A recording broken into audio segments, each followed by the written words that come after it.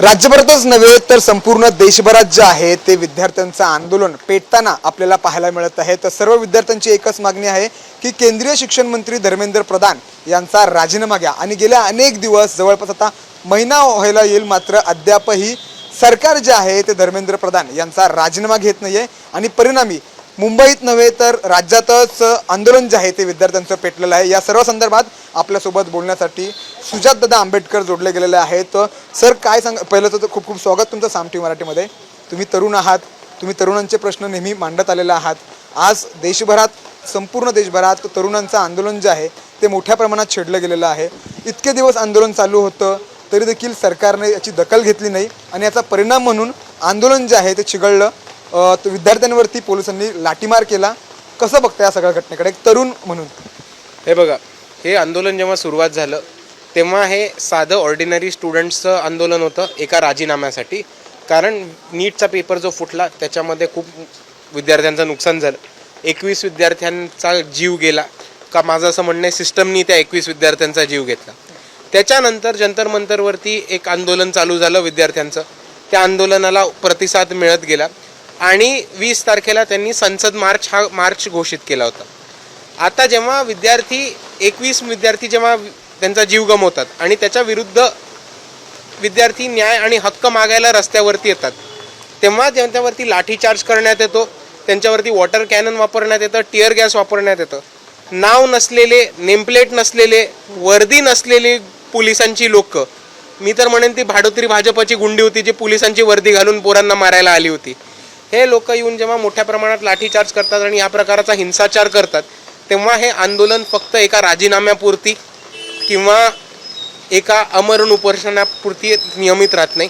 आता विद्यार्थ्यांची मागणी आली की राजीनामा तुम्ही ठेवा, आम्ही अख्खी सरकार हटवू, पुरी सिस्टम बदलली पाहिजे। कारण जेव्हा हे विद्यार्थी न्याय हक्क मागायला रस्त्यावरती येतात आणि त्यांच्यावरती इतक्या क्रूरप्रमाणे, इतक्या भयानक प्रमाणे हल्ला केला जातो तेव्हा हा डेमोक्रेसीचा, लोकशाहीचा गळचेपेपणा आम्ही मानला जातो आणि डेमोक्रेसी संपवण्याचा प्रकार हा मानला जातो। आणि त्याच्याहून महत्त्वाचं की तरुण विद्यार्थी हे आपल्या देशाचं भविष्य, फ्युचर आहेत। आणि जर तुम्ही आपल्या तरुणांवरती म्हणजेच आपल्या फ्युचरवरती, देशाच्या भविष्यावरती अशा प्रकारे हल्ला करत असणार तर कोणताही नागरिक हे ऐकून घेणार नाही। आणि म्हणून वंचित बहुजन आघाडीने 23 जुलैला म्हणजे उद्या महाराष्ट्र बंदची हाक दिलेली आहे। आणि ही हाक जरी वंचित बहुजन आघाडीने दिली असली तरीही समविचारी पक्ष, भाजपच्या विरोधी पक्ष, समविचारी संघटना, स्टुडंट्स ग्रुप, स्टुडंट्स, पेरेंट्स आणि तसेच नागरिक हे या बंदमध्ये मोठ्या प्रमाणात सहभागी होणार आहेत।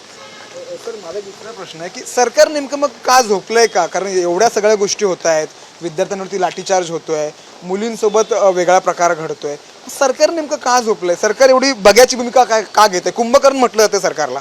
माझं असं बिलकुल म्हणणं नाही आहे की सरकार झोपलेलं आहे। झोपलेलं सरकार लक्ष नाही देत, झोपलेलं सरकार ॲक्टिव्हली अटॅक नाही करत, झोपलेलं सरकार टिअर गॅस नाही वापरत, झोपलेलं सरकार लाठीचार्ज नाही करत, झोपलेलं सरकार वॉटर कॅनन नाही वापरत।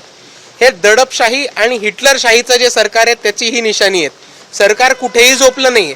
आम्ही 2014 पासून बोंबलून सांगत होतो की हे मोदी हिटलर आहेत आणि हे भाजपचं सरकार हे दडपशाहीचं सरकार आहे। आणि जेव्हा विद्यार्थ्यांवरती एवढ्या मोठ्या प्रकारचा हल्ला होतो ते तुम्ही जगाला ओरडून सांगता की आम्ही लोकशाहीमध्ये मानत नाही, आम्ही दडपशाही करणार आहोत। जर इकडच्या सरकारला विद्यार्थ्यांनी प्रश्न विचारले तर त्या विद्यार्थ्यांचा हात तोडणार आहोत। ही मेसेज भाजपने दिलाय आणि त्या मेसेजच्या विरुद्ध आज महाराष्ट्र पेटून उठलेला आपल्याला दिसतो। आणि मी आपल्याला एवढंच म्हणेन आपल्या माध्यमातून लोकांना की मी सर्वांना एवढीच विनंती करतो की आपण मोठ्या प्रमाणात ह्या बंदमध्ये सहभागी व्हा। थोडं आर्थिक नुकसान होईल, काही लोकांचे धंदे अर्ध्या दिवसासाठी, एका दिवसासाठी बंद होतील, पण आपण कमवतोय कोणासाठी? आपण पैसे साठवतोय, कमवतोय ते कोणासाठी? आपल्या लेकरांसाठी। जर उद्या कुठल्या आंदोलनामध्ये आपल्या लेकरा बाळाचा जीव गेला किंवा ज्या स्पर्धा परीक्षा आहेत, ज्या एज्युकेशन सिस्टम आहे ज्याच्याने आपल्या लेकराचं उद्या एज्युकेशन आणि भविष्य हे सिक्युअर होणार आहे, हेच जर कोलमडलं तर आपण पैसा साठवून करणार काय आहोत? हा प्रश्न आज लोकांना पडला आहे। आणि त्याच्यामुळे लोक मोठ्या प्रमाणात स्वतःचं भविष्य, भारत देशाचं भविष्य म्हणजे युवक यांच्या पाठीमागे ताकदीने उभे राहताना दिसत आहेत. एक शेवटचा प्रश्न, जर का धर्मेंद्र प्रधान, केंद्रीय शिक्षण मंत्री धर्मेंद्र प्रधान यांचा राजीनामा घेतला असता तर ही एवढी वेळ आता आली नसती किंवा एवढं आंदोलन जे आहे ते चिघळलं नसतं. सरकार का नाही घेते मग त्यांचा राजीनामा? हा प्रश्न तुम्ही सरकारला विचारायला पाहिजे. सरकारमध्ये ज्या लोकांनी खुर्च्या गरम केल्यात, सरकारच्या खुर्चीवरती बसून ज्यांना माजलेत आणि जे शेफारलेत, त्यांना हा प्रश्न विचारला पाहिजे की एक राजीनामा घेत का नाही आहेत. 21 मुलांचा जीव गेला, त्याच्यावरती लाठीचार्ज करण्याची वेळ येते, त्याच्यावरती भारताभर हे आंदोलन आपल्याला पेटताना दिसतंय. पण तरी राजीनामा का घेत नाहीत किंवा साधं विद्यार्थ्यांवरती चर्चा का नाही करतात?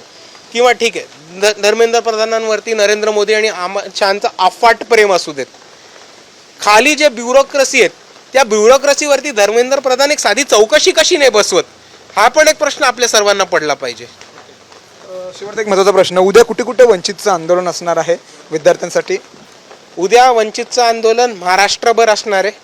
पण लोकांना जर ठिकायची जमा व्हायची जागा पाहिजे असतील तर आपल्या एरियातले छत्रपती शिवाजी महाराजांचे पुतळे, महात्मा फुलेंचे पुतळे आणि तसेच प्रत्येक एरियामधला डॉक्टर बाबासाहेब आंबेडकरांचा पुतळा, या पुतळ्याखाली आपण सर्वांनी जमावे.